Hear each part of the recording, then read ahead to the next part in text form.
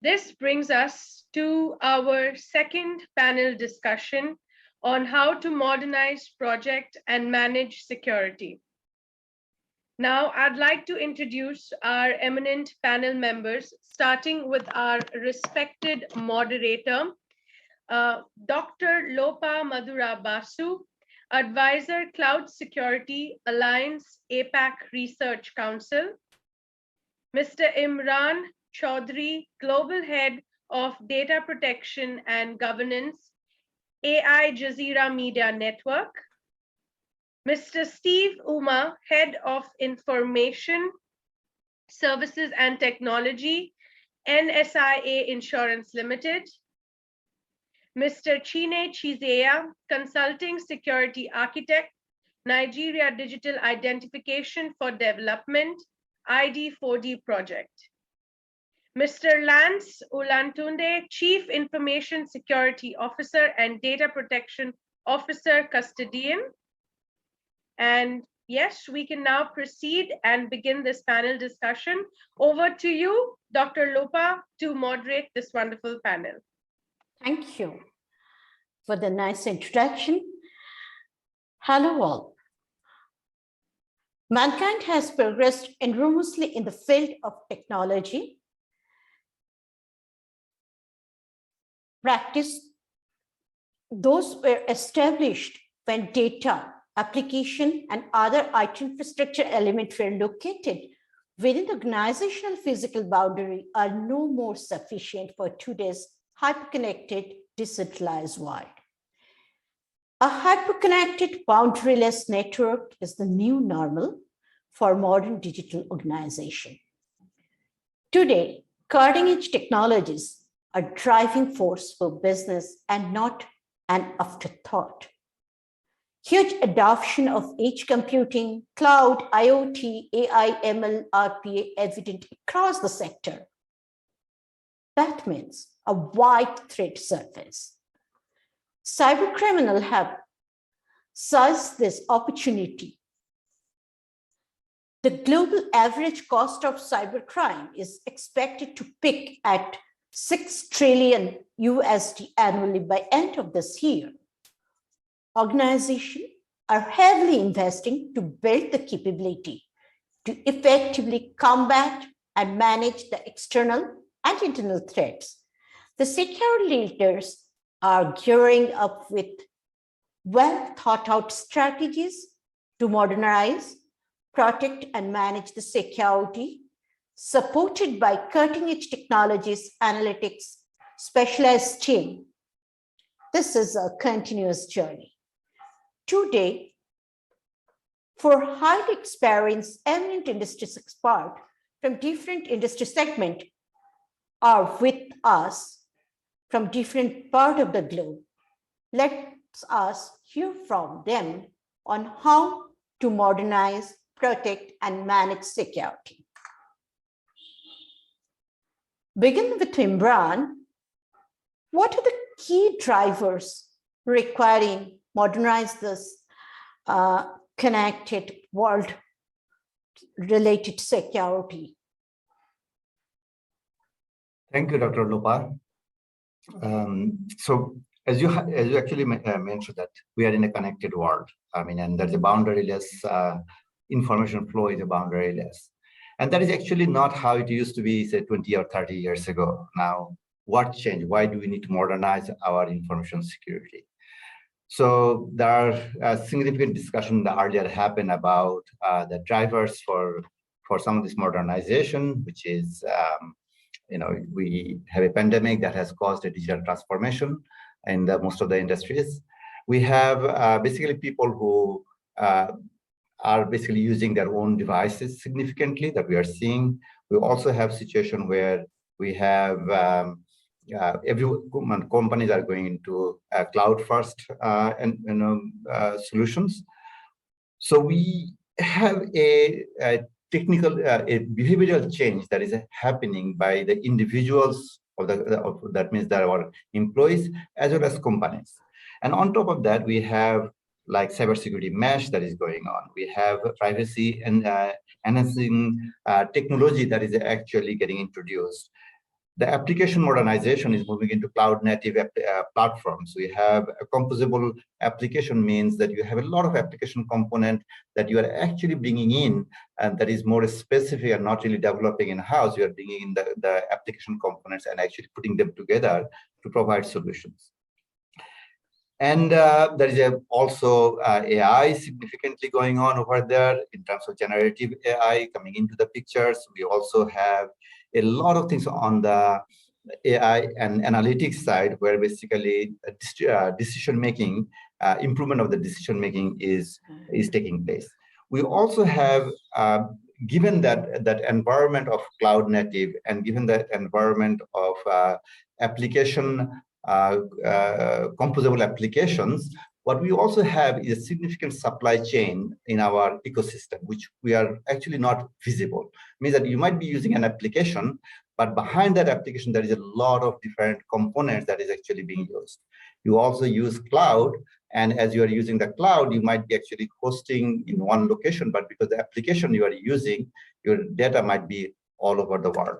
So you have a situation which is not what it used to be 5 years ago. I'm not going to go back 20 years and such. And then second part comes in, which is regulatory environment. So in 10 years earlier, what you would see is mostly in the US sectors, you would have a sector-specific regulations that might be governing the data. Like you will have something on the healthcare areas, maybe on the financial industry area, maybe in the educational sectors. So you'll have sector-specific regulation, which was not always in alignment or not always really clear. So you have that kind of situation. But coming into modern time, we see a lot of regulation around the data, whether it's a privacy regulation, whether it is the regulation regarding the data sharing or data security, like if you look into the China data security law. So you have a regulation that is actually coming in across the globe. And if you look into the West Africa, actually there is, most of the countries in the West Africa have some regulation regarding that areas, right? So you have, like Mali, you have Nigeria, and all these countries, you have some privacy regulation also coming, in those areas. And that is also on top of that, you will also have situation about data residency. So it means that data cannot be crossing the border. So cross-border data transfer, which is not, again, is not the same what it used to be. So that is a significant driver that requires that our cybersecurity posture, how we manage our cybersecurity, that really needs to be changed in this new normal. So I just want to highlight that point for now. Thank you. Very well said, Imran. Basically, because of this proliferation of devices and the different technologies which actually continuously contributing to the risk surface, that actually creating a very, very complex ecosystem with the addition of compliance requirement. Now, risks is the major driving factor of organizational security strategy in any organization. Cyber exposure is dynamically changing with continuously evolving threat landscape. What are the best practices, Olatunde, you recommend to manage a modern cyber risk?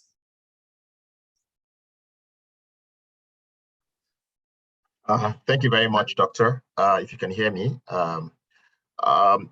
In terms of the modern best practices in cybersecurity risk management, there's a popular saying that just like you can't give what you don't have, you can't actually protect assets that you don't know. It's a must. So it's a must to have comprehensive knowledge of your organization's IT environments and assets for effective cybersecurity risk management. Now, how do you secure critical assets or gateways that you do not know exist? So the first thing is that the scope of your IT environment that your organization needs to know includes all data and other digital assets like your BYOD devices, your networks, your systems, third-party components and services, technologies, endpoints, and so on, you must continuously monitor the IT environment and keep prioritizing your assets this way. You can accord more resources and more closely guard your most valuable and business critical assets. Now, engaging in risk management without a well-thought and robust cybersecurity risk management strategy and plan can be quite unfavorable. This leads to my second point in terms of modern best practices in cybersecurity risk management. So organizations, the first thing is they have to develop a robust cybersecurity risk management strategy. And to develop a proper strategy and plan, you need to keep updating them. So you must identify your risk tolerance and also develop a risk profile before strategizing. You want to include things like your incident response and your escalation plans, the role of employees and other key stakeholders, right? This is because these are essentially what we'll call the core or the core of your cybersecurity risk management strategy. Now, the other thing you also want to look at is developing what we call best practices for employees to follow and integrating employee training into your strategy. Now, this is because humans are often the weakest links in cybersecurity, and they can heighten cybersecurity risks massively through avoidable errors, such as clicking on an unknown link or accessing the company account on an unsecured network. Now, you also need to incorporate ways to make cybersecurity everyone's responsibility in the strategy itself. Now, it's pointless to develop cybersecurity risk management programs and procedures if it's not going to be properly documented across the organization. So that leads me to my third point, which is basically embed cybersecurity risk management into your culture and values. So document your strategies and plans, the procedures, and communicate them to all the stakeholders. Let the cybersecurity be embedded into the organization's culture and core values, such that every stakeholder is aware and they understand the roles they play in managing risk. Now, risk assessments must be adaptive, continuous, and actionable, right? This is one of the most important aspects of risk management. And it's, risk identification and risk assessment, without those, you're not even doing any form of risk management. But beyond that, cybersecurity risks, they continuously evolve. And as they evolve, we have new technologies that may be introduced, business processes that may change, and the risk posture of the organization will change as a result of these changes. So it's very important that at this stage, these processes should be regularly reviewed and updated for effective security. This is possible only if the risk assessments are continuous and adaptive. Risk assessments only tell the organizations where vulnerabilities exist, what threats are emerging, and the likes. It is through the cybersecurity risk management processes the organizations secure their IT environment and invaluable digital assets. So for risk mitigation to be effective, risk assessments must provide what we call actionable insights. And this will lead me to my fifth point, which is basically around ensuring that you have a comprehensive and intuitive security, right? You want to ensure that you have enforced strict security protocols. So this is necessary for effective risk mitigation. And so here are some of the ways I think it can be done in organizations. So you want to ensure that, you have implemented security controls or security solutions like your web application firewall sitting at the edge of your network, which is able to monitor traffic and provide what we call actionable real-time insights round the clock in the organization, so that you're able to guard against known and emerging threats. At the same time, you want to employ automated patching where possible. You want to ensure that you enforce strict authentication policies and access controls. You want to ensure that you've extended security to all aspects of your environment, including BYOD devices, which is very popular nowadays. Now, you also want to enforce strict security protocols for those that are working remotely, your remote workers. And then finally, you cannot overlook the importance of having your backups. They're totally indispensable, as well as running regular updates. Now, the last point I'll be discussing is the real-time and reliable visibility. Now, this is absolutely necessary because, like I mentioned earlier, cybersecurity risks are evolving and they are everywhere. Now, while the organization is a trusted insider, right? While the organization has a trusted insider, a third-party component that is in use in that organization could have what we call inbuilt vulnerabilities. We saw the recent situation, I think that was about last year or so, with the Log4j and how it affected so many organizations. So it's important that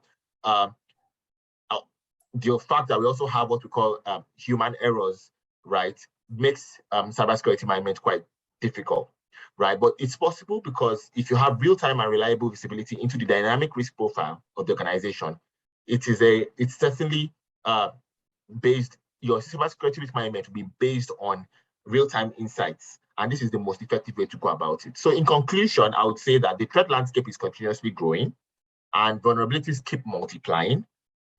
Technology also keeps evolving.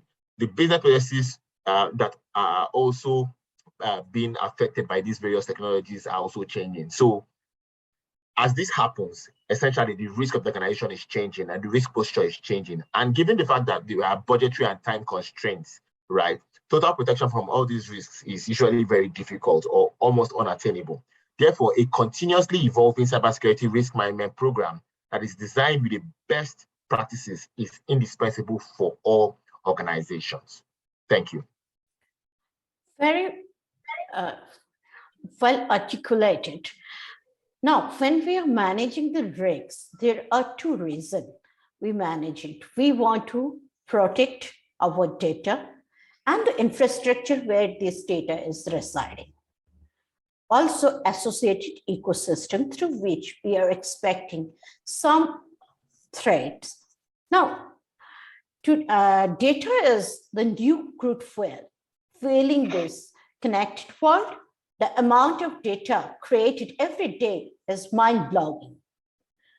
With the huge data proliferation, it has become challenging as well as imperative for the organization to protect data in processing, transition, and rest. Also, make it available on demand to the authorized user. Chinenye, in your view, how can organizations support access to data while protecting it, no matter where it resides? Thank you very much for that. It's quite interesting listening to my co-panelists. And Lanre mentioned something about continuously evolving cybersecurity risk management. That's the only way we can have like continuous improvement in modern security.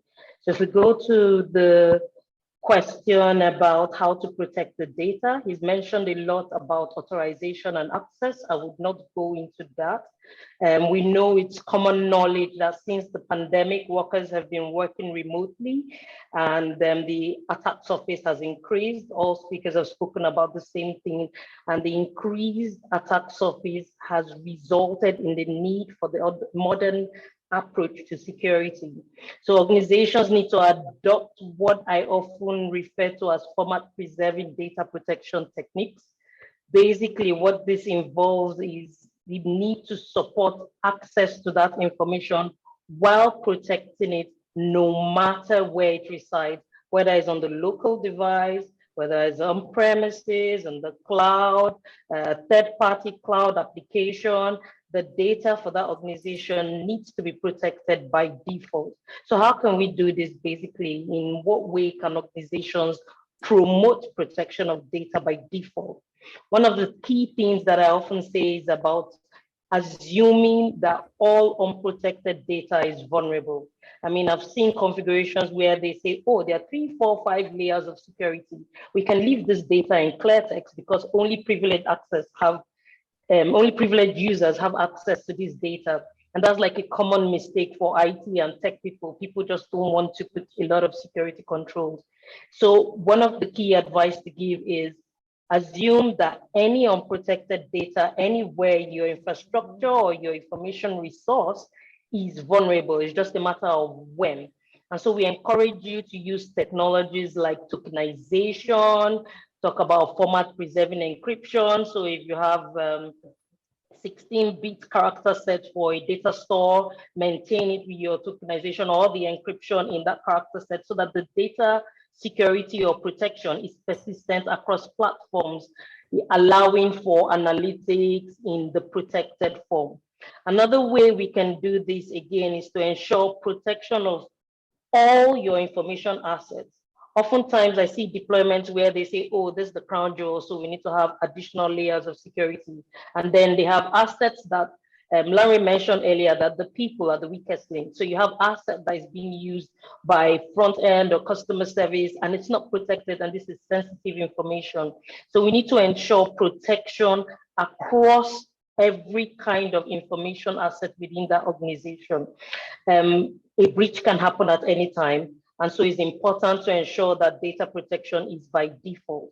So with data moving fluidly across different platforms within the same native cloud or across different cloud service providers, we need to ensure that we can access this information as well as ensure that it is secure.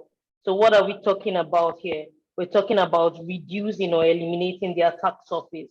We're talking about ensuring that at no point in this data flow that you need to unprotect the data just for someone or for some teams to use and then reprotect or encrypt back.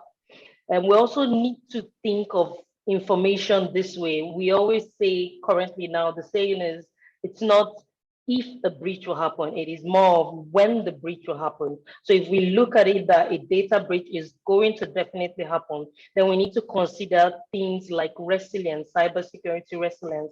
And in your resilience plan, you should then plan for your next fail. And what does that mean? Just like Lanre talked about visibility, you need to look at continuous improvement methods, the feats that come in the design system and how it's used. Look at all the processes, look at technology, access mechanisms, just to ensure that when the security measure fails, there's a plan and there's room for improvement as technology evolves. Thank you.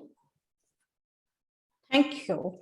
When it is coming to data protection, just take a step back. Stephen Paul Marsh in 1994 introduced one of the fundamental concepts of modern security in his doctoral thesis on computer security, that is zero trust model, verify and trust. Perimeter-less security become a critical pillar of today's security. Steph, how can organization achieve zero trust security or perimeter-less security in this complex digital environment? Thank you very much, Dr. Lopa. Zero trust security. I would like to say that traditionally, most organizations are more conversant with the trust but verify concept of security. But where zero trust security comes into play is in the concept I personally refer to as never trust, always verify.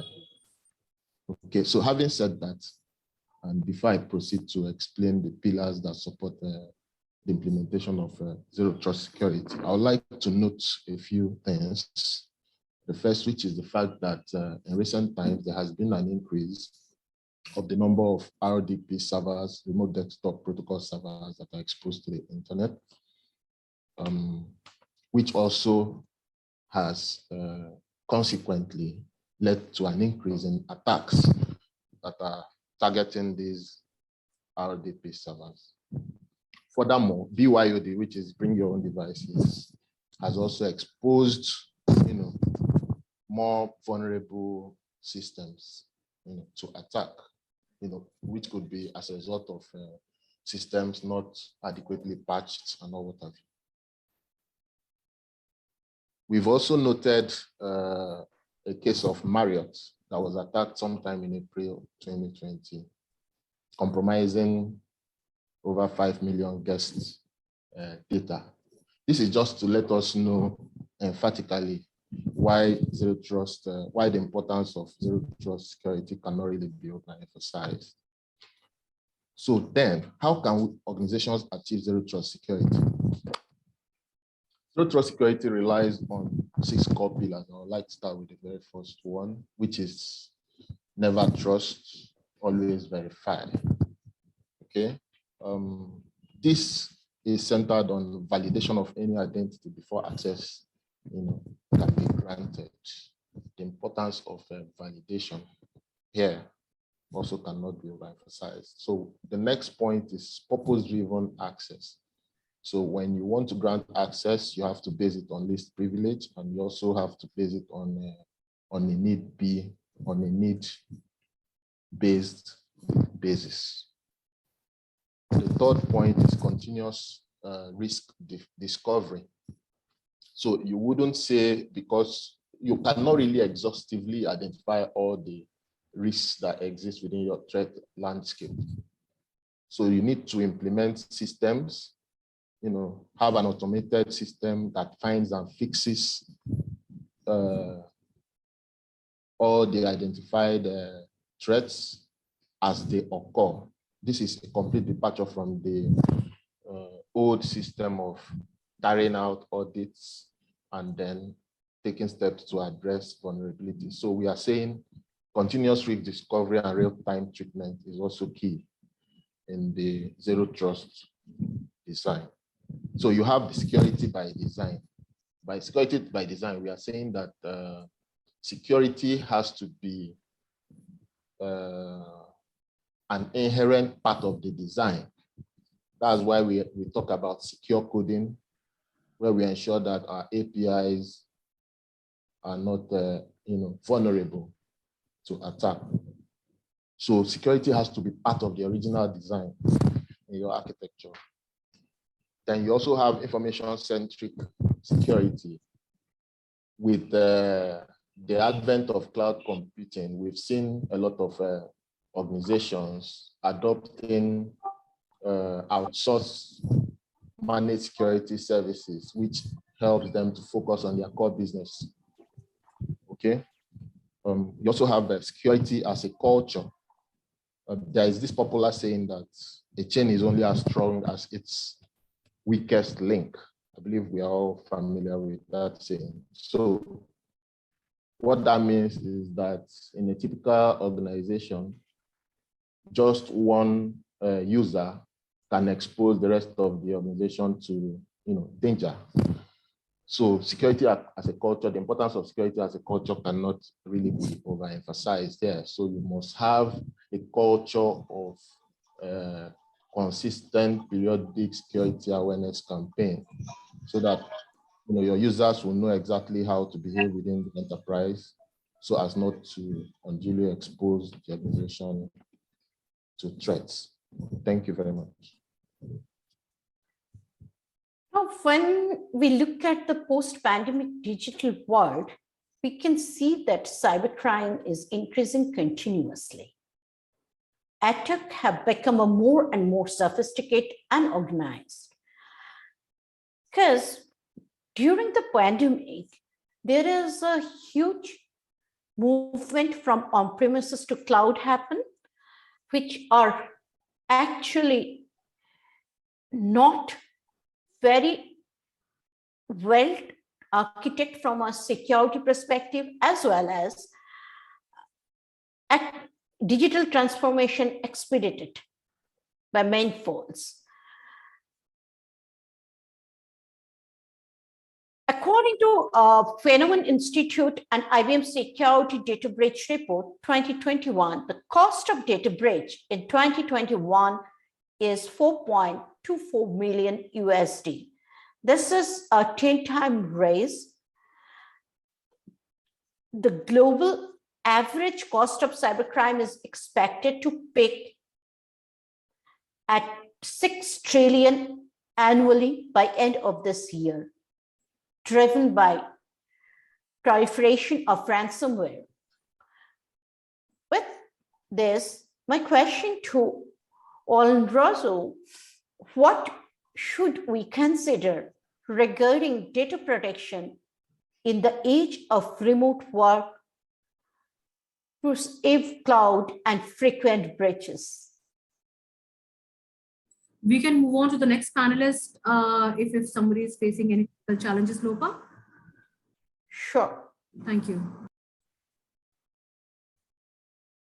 So, considering the kind of adoption of best practice we are going through day in and day out, we also understand that customization of security is important to build the effective protection based on industry, business-specific threat landscape, and the stakeholder ecosystem.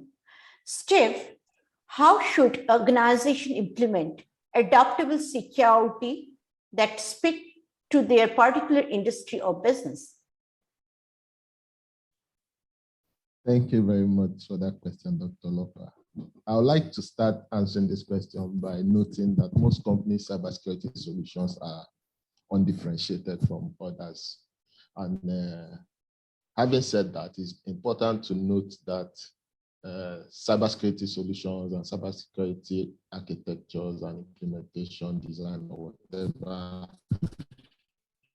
you choose to call it are not essentially a one-size-fits-all. Okay, you must tailor your solution to meet your peculiar requirements within your industry or within your business. It's, however, also important to leverage industry standards in delivering cybersecurity roadmap for organizations. Okay, but it's also important to tailor solutions to address unique business industry exigencies, which brings us to the answers as to why it is important to adapt our security implementations to the peculiarities of our industries. So I will start by talking about insight-led intelligence for human and automated decisions. So when you are basing your judgment on insights, when you have business intelligence data available, okay, which will inform your decision as to how to implement cybersecurity within your industry, then you know exactly what you're addressing. I liked it so much when I heard Olatunde say that just as, there is a way he put it, he said you cannot address threats that you do not know. So that is where the concept of analytics and insights come in handy. So that data will readily, will give you insight as to what kind of threats are more preponderant within your industry. Okay, what is their mode of attack? What are the attack vectors and all of that. The next thing I want to talk about is keeping bad actors, at bay, which talks about access to protected assets, which require context. I already talked about the importance of knowing the who, the what, the why, the where, and when, of a particular connection and request, so that you don't just, open your doors to every Tom, Dick, and Harry to access resources. Then I will also like to talk about scalable and adaptive access. The pandemic, made us work remotely. Most organizations, in fact, some organizations have started working fully, remotely. So a lot of these organizations have also started harnessing, a lot of technologies that enable remote work, like VPN and all what have you. So when I talk about scalable and adaptive access, I'm just saying that whatever technology you are deploying should be scalable. You should be able to expand resources as you experience an increase in the number of users.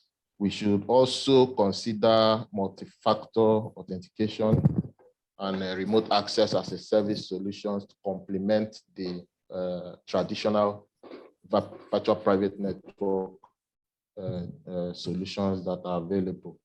The next item I want to talk about is real-time detection and immediate action.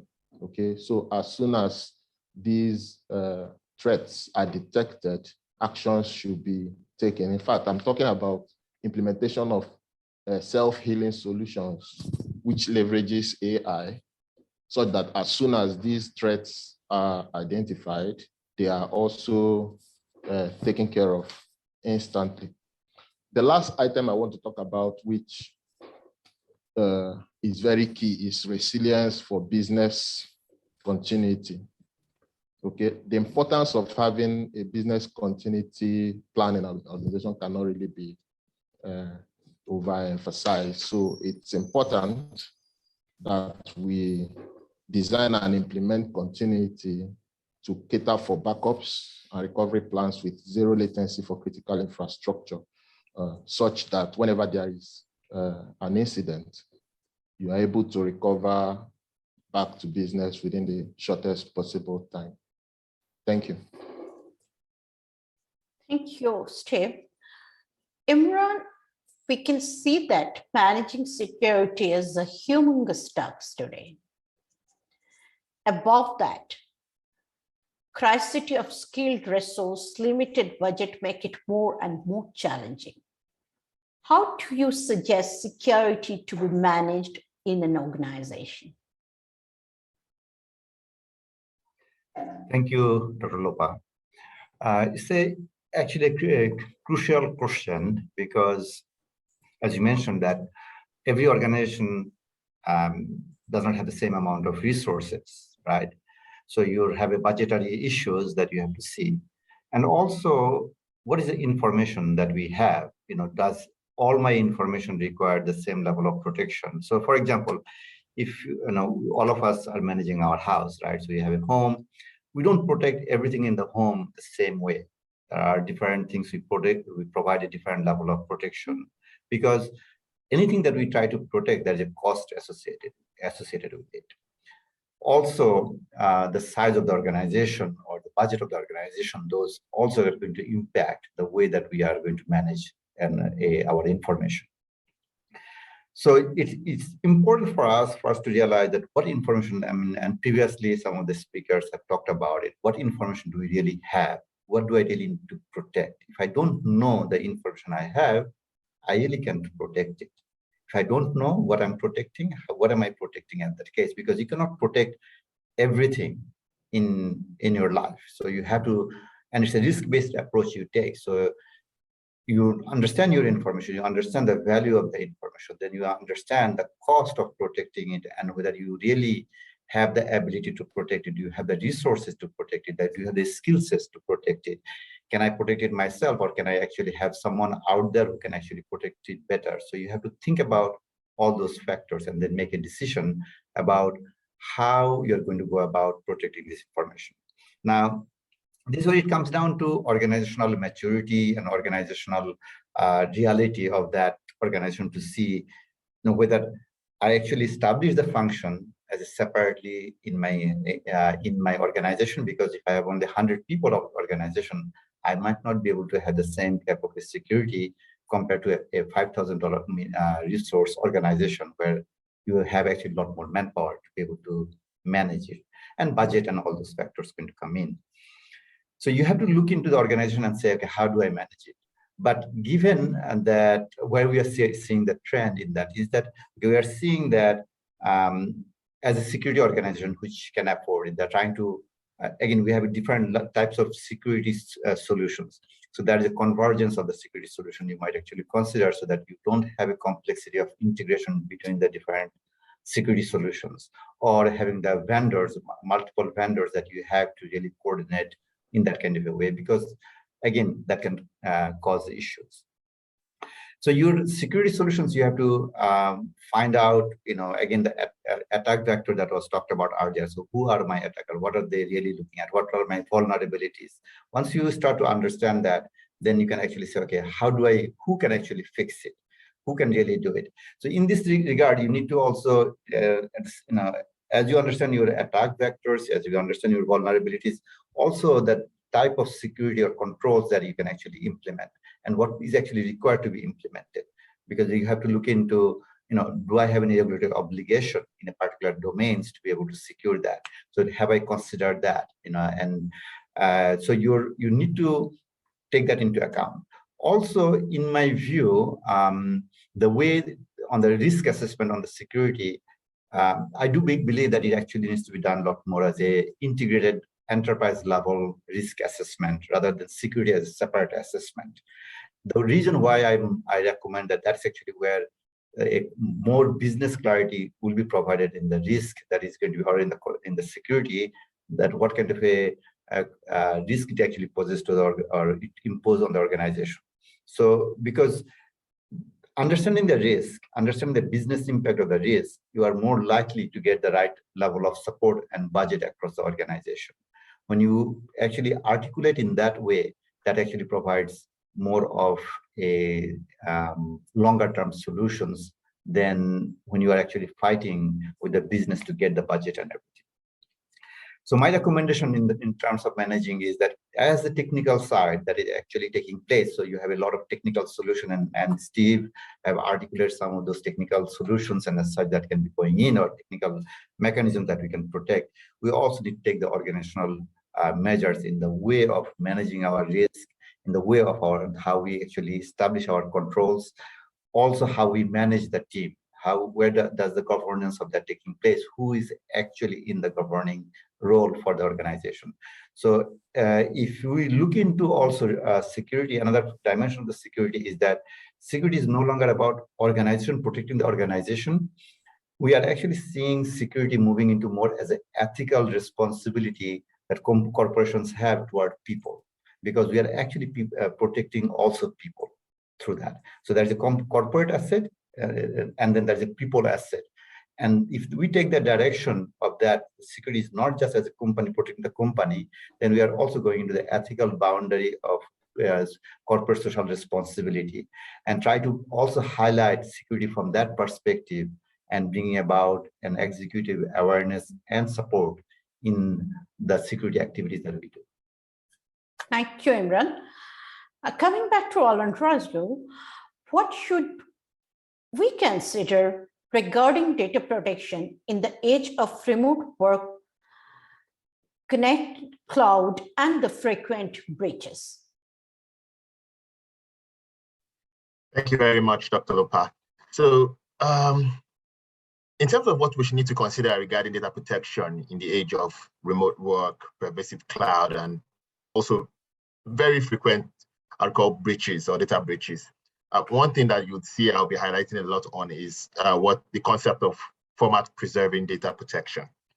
Now, the first thing I would say is that we need to first of all consider or assume that unprotected data is vulnerable, and it is vulnerable everywhere and always. Now, the growth of bring your own device policies and also what we call software as a service and other cloud offerings means that companies can no longer really define a data security perimeter.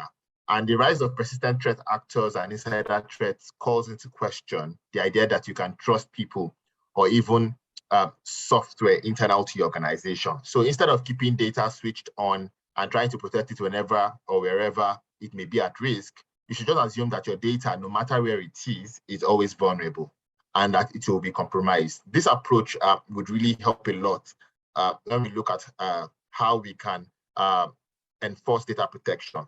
So only specific use cases where data is absolutely needed will be granted temporary and perhaps only partial, especially in terms of when we look at things like decryption or detokenization. You want to ensure that maybe you're only applying a partial approach in that instance. So for instance, if a customer service representative doesn't necessarily need access to the full, say for instance in Nigeria, we use the BVN number. I mean, what is maybe more familiar is the concept of social security number, right? And all that he needs is, or he or she needs is basically maybe the last 4 digits of that number, the same way that you would need only the first 6 and last 4 of the credit card number, right? Then you want to ensure that only that partial access is provided, right? And the full data remains undisclosed. So in addition to enhancing security, this can also help build customer trust and confidence, especially regarding protection of their information or such critical information. Second point I would want to talk about is protect everything and not just your crown jewel. So many organizations have formed the habit of, oh, I'll highlight, do a BIA, business impact analysis, and then try as much as possible to, I mean, I would say mainstream security. I mean, that's, or risk management. That's really the concept of identify my critical servers and then let me protect those ones. But many times what we fail to realize is that on that same network where you have your crown jewels, you also have all these other assets that are non-critical, but they're on the same network. And if they are vulnerable, could actually lead to your crown jewels being accessed in an unauthorized manner.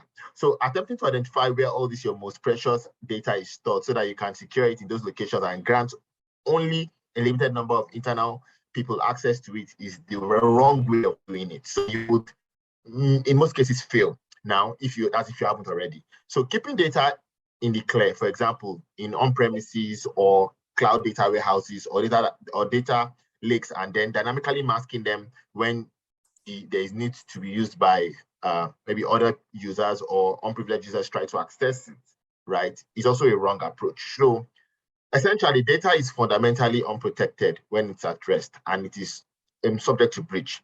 Now, data protection and privacy regulators, more often than not, are not going to be very sympathetic to your arguments when you say, oh, this may be the better option for the business, so that the data at rest is not encrypted. However, when it's in motion or when it needs to be accessed, we encrypt it.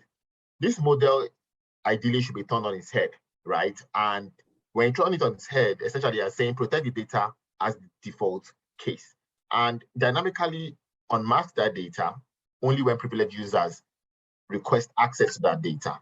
And rather than trying to build walls around your crown jewels or what you call your most critical data, you want to protect as much data as possible.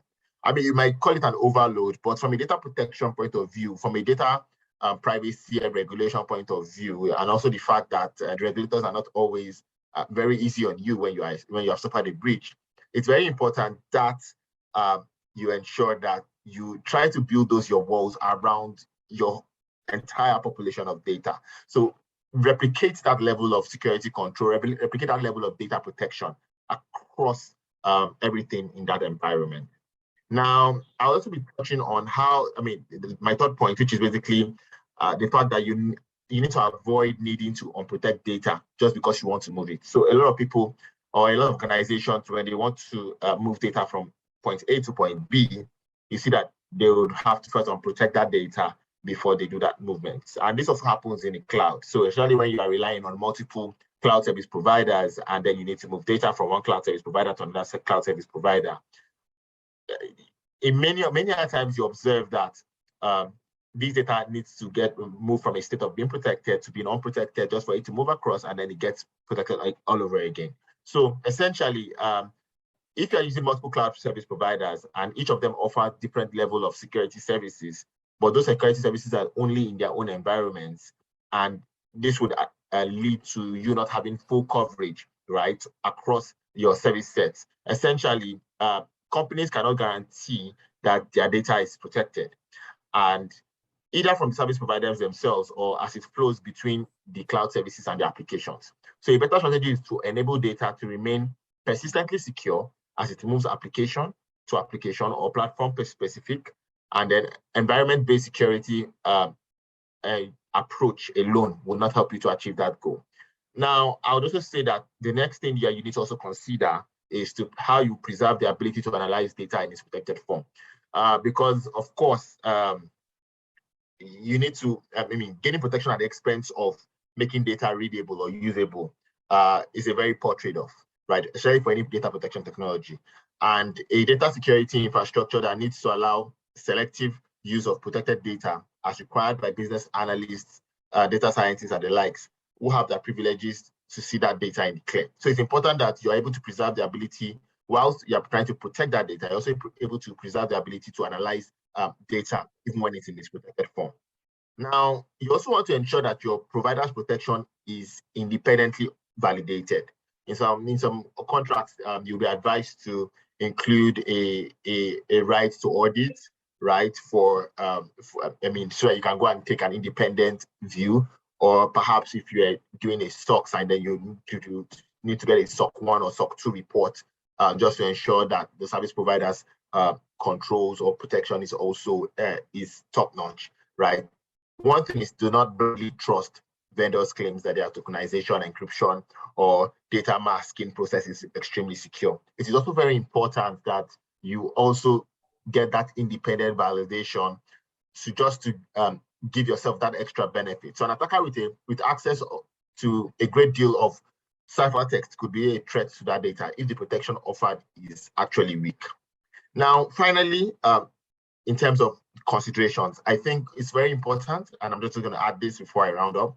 It's very important that you plan for your next fail, or what I'll call your next fall. So revamping your data security approach should be part of a transition to the concept of cyber resilience.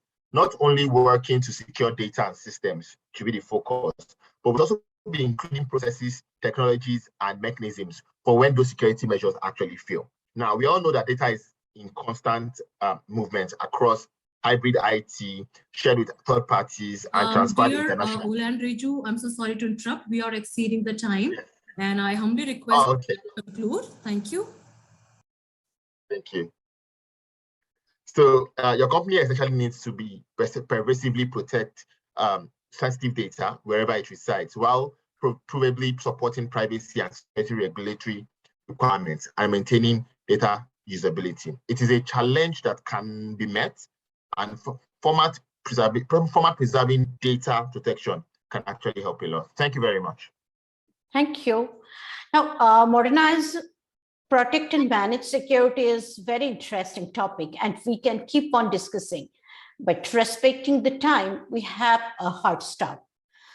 Some major takeaway from this panel is we need to have a proper risk-driven security strategy in place, aligned with proper set of technology and people to support that. One must know what is the crown jewel of the organization, where they are locating, and accordingly protect their as per their class. Also, zero trust is one of the concepts which is actually giving us, helping us to build a security up to a granular level when it is coming to the cloud security or microsegmentation. Build the security and privacy as part of your design. It should be an integrated design within the security org, and cultivate the security and risk culture continuously within the organization. With this, I'm concluding the discussion. Abridged, would you like to take one or two questions? Because we have already exceeded the time. Well, as of now, I don't see any questions. Okay. However, if there are any questions, we will email those questions to you. Okay. Thank you, audience, for taking off your valuable time to listen us. I trust you enjoyed the discussion as much as we have. Thank you to my fellow panelists for sharing your valuable insight. My special thanks to organizer, sponsor for inviting us and extending this platform for the discussion. Thank you all. Thank you. Have a nice day. Thank you very much, dear panelists, Mr. Imran, Mr. Steve, Ms. Chinenye, Mr. Lanre, and our panel moderator, Dr. Lopa, for an extremely interactive and insightful discussion. It is indeed great to hear about how to modernize, protect, and manage security. Thank you all once again, and continue to have a lovely day. Thank you. Thank you. Have a great day.